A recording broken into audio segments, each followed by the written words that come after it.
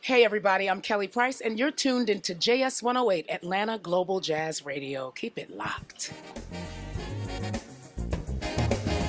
Where does cool live?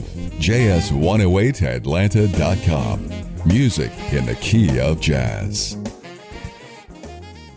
Kelly, thank you for being with us today, JS 108. And I just want to thank you for being with us to start, because I know this has been a long day for you. Yes. But tell us about projects that you have going on right now. What's happening in your Oh, world? my goodness. Wow. Okay, so in addition to trying to get my next album completed, we've been touring literally all year long, and so it's been really hard to get in the studio and get the record done, but we are working on getting this next project finished. I'm actually in the process of writing a book right now.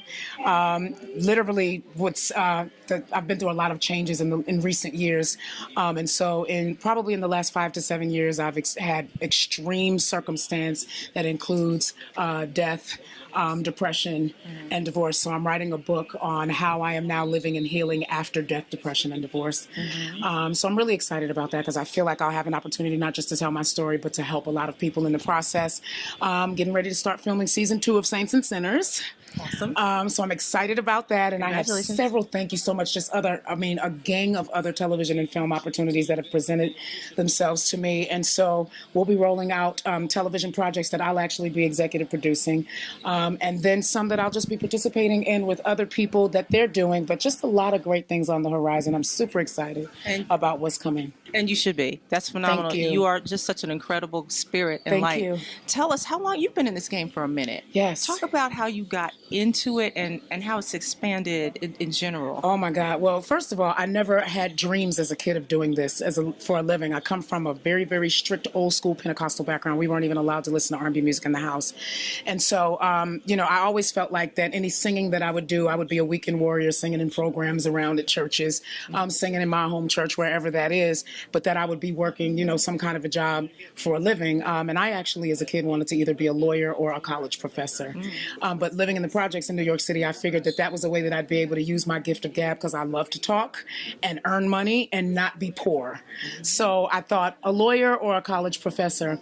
And on one day, literally, I got called in for a gig by a friend who was a contractor with contract singers for labels and sessions. He called my sister and I to come and do a gig with George Michael. And so the Sony Music executives were there because George Michael was signed to the label and they had a new artist by the name of Mariah Carey. She needed some singers that year, which was literally a month later for the Grammy Awards. And they liked the way we sounded behind George. And so they called for us to come. And long story short, during a meal break, I was pregnant with my son. The only people that knew were me, my sister, God, and my soon-to-be husband. But at that point, he was just my boyfriend. And so I was too sick to eat. So we hung back in the rehearsal hall and did like all church kids do when they're idle and don't have anything else to do. We started singing. And Mariah Carey walked in the room and heard me sing. And I was offered a job that day, and that was the start of what will be 25 years as a paid professional in this business in January 2017. What an amazing story. Thank you. That is incredible. Thank you. And obviously, as they say, the rest is history. The rest is history. Yes, ma'am. I'm floored. After listening to you perform today, and I've been listening to your music for a long time. Yes. I didn't know as much as I heard. You produced so many other people's. Yes. And wrote so much stuff for other people because you didn't think you could do this. Yeah, I was told that it couldn't happen. The words they used were too fat, too black, and too loud. And it wasn't said nicely. I am saying what was said. I was too fat, I was too black, and I was too loud.